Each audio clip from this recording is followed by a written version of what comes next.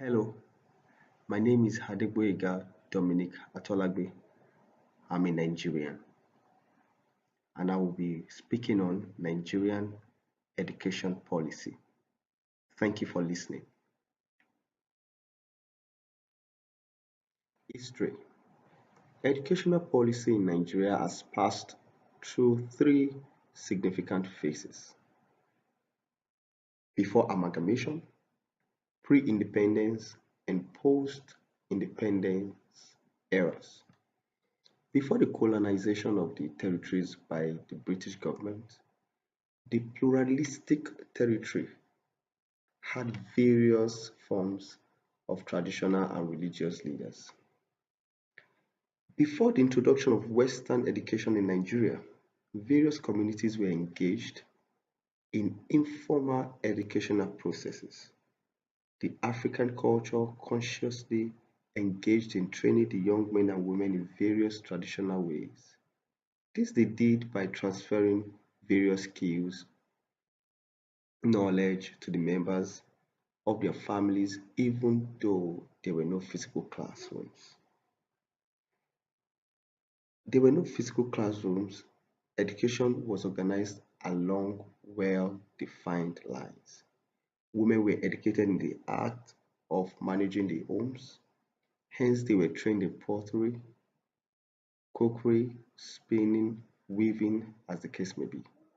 The men were trained in tasks that required physical stamina, such as farming, hunting, fishing.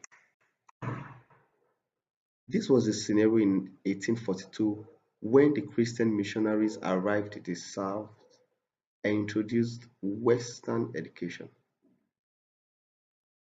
The aim of this education, as given by the missionaries, were just to enable recipients to learn to read the Bible in English and the local language, gardening and agriculture, as well as train local schoolmasters.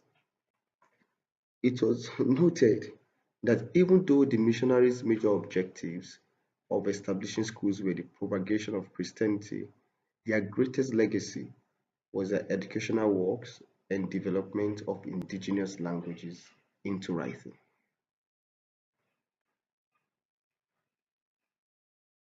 Evolution of policy over time. Nigeria was colonized by the British and they administered education through the use of certain educational ordinances and codes. After the amalgamation in 1914, the gap in educational achievement became very obvious, and Sir Lord Lugard, the first Governor General of Nigeria, sought to improve these ordinances in 1916.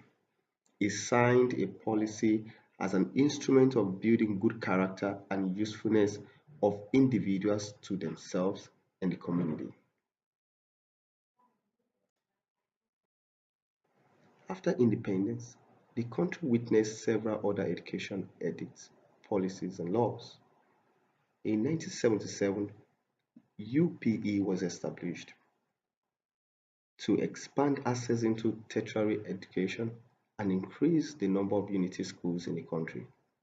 In 1998, National Policy on Education UBE, Universal Basic Education for all children in the country using the 6334 system, which is 6 years in primary school, 3 years in the middle school, 3 years in the high school, and 4 years in the university.